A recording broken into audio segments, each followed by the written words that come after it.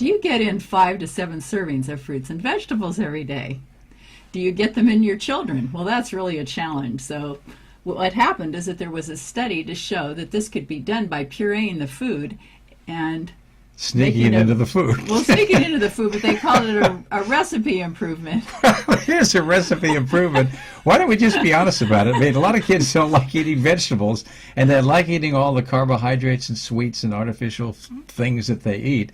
And so, yeah, we do have to sneak it in because we want them to be healthy. And it's okay. I think that if kids will eat it one way or the other, it's good news. And one of the things where one of the places where it's really a problem is in school, you know, in the lunches there.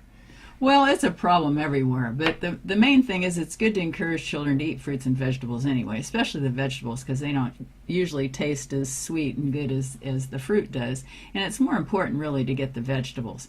But if you can't get them to eat them, some of the ways that you can put them and improve some of these recipes is like, for example, with mac and cheese, you can just puree cauliflower and add it in there, and they won't even taste it because they did the studies and the kids didn't notice the difference. That's right. And also to puree some green vegetables and maybe add a little of those to the salad dressing, put them in meatloaf, put them in spaghetti sauce, and so on. You know, you can find ways, be creative to get it in there, and then also offer it to them because you want to train children to eat healthy foods. Exactly.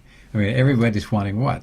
The fast foods that have a lot of carbohydrates. They don't have much in the way of vegetables and fruit that are the richest source of the vitamins and minerals and nutrients that we need, and they're absolutely essential to eat. You can't be healthy if you don't do that. Well, there are things you can do, too. Like you might say, well, gee, I'm in a hurry or something, you know. But there are smoothies and things that people can make that the kids like. I mean, you know, you can use yogurt and different berries and put a banana in there, a little vanilla. Exactly. Maybe even put a little bit of honey or a little maple syrup just to sweeten it up a little bit.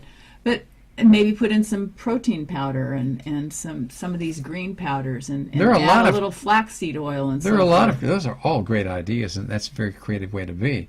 Why do we need to be so sure that we have all this nutrition in our food? Well, because we are what we eat. Well, that's part. Your car can't run if you've got the wrong kind of gas in it, or you put sugar in the tank, or you put the wrong diesel thing in the there. regular car. It's the same exact example. And when you look at all the illness, really, if you keep your cells healthy, you can't be sick. So if all your cells are healthy, you're going to be well. And there are only a few ways that you can make cells malfunction. One is if you have a genetic defect of some kind, so you can't make an important substance your body needs, you'll be in trouble. And we can't do much about that yet because gene therapy and stem cell therapy hasn't come that far. But then you have things that we think about, our emotions and our spiritual connection has a lot to do with the way we feel. And that regulates a lot of the hormones and neurotransmitters so that they can do things to make our body function a little better. And also think of all the stomach aches people get when they're upset. Exactly. You know, or you might even get diarrhea. Or not digest your food well. The third thing that'll keep a cell from being well is if you don't put in it what it needs to make the products it needs. Those are the raw materials. You know, much like what Vicki was saying earlier about a car.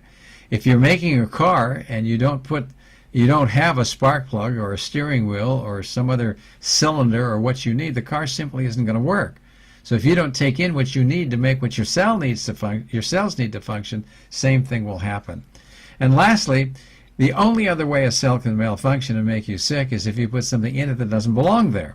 It might be some kind of microbe. It could be a chemical toxin that's in the environment or some kind of physical trauma. And look at all the things that we do to food these days. With the preservatives and the artificial flavorings and colorings and exactly. all the added sugar. So not only are we not putting in the right nutrients, but we're putting things in there that will stop our cells from being able to work as well as they can. And sometimes it's not enough to just eat the right foods or the healthy foods because your body may not be assimilating them. So it all works together. Exactly. So when we start talking about trying to sneak vegetables into the bad diets that our kids are eating, I think it's a brilliant thing to do.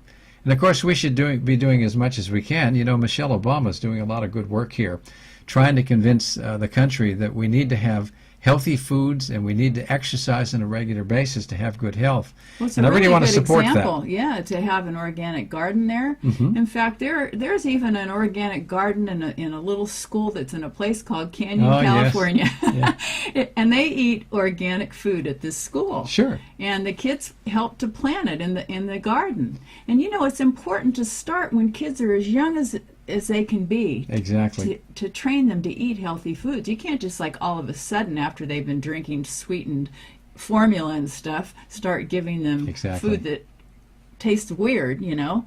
But you need to gradually get them into it and get them used to it so that they like it and can appreciate it. I can remember when my granddaughter was little and I was taking her to this class, and it was our turn to bring the desserts or the snacks. And so I brought these beautiful organic strawberries, and I thought this was going to really be a treat because, you know, we'd helped to raise her and we'd taught her that these things were all important, and so did her parents, and we were all trying to have Do the her right thing. do the right thing and train her to eat a healthy diet. And we go to this class, and I bring out the strawberries, and there was only one boy in the whole class that would eat them. None of the other kids wanted the strawberries, and so the teacher was like, oh, what am I going to do? And she went to a drawer, and she found some cookies that she had in the drawer, and the kids get all excited about the cookies. Well, that's because they were just laden with real sugar. But, you know, Or if with you're high not, fructose corn syrup. yeah, if you're not used to eating that kind of a thing, a strawberry would taste really sweet and really good. When she was young, she really loved things like that. In fact, if you gave her something like a strawberry or a papaya or an apple, she thought it was nasturtiums. or nasturtiums. She thought they were great treats, and it was only when she was trained by her peers and by schools to eat things like donuts and cokes and things like that that she got a little off track, which is understandable. So we need to pay attention more so what we feed our kids in school. We need to try and get the nutrition that they need both at school and at home. And if we do that, we're going to have kids that function better, that are going to grow up with better eating habits, and maybe they'll teach their kids to eat right too.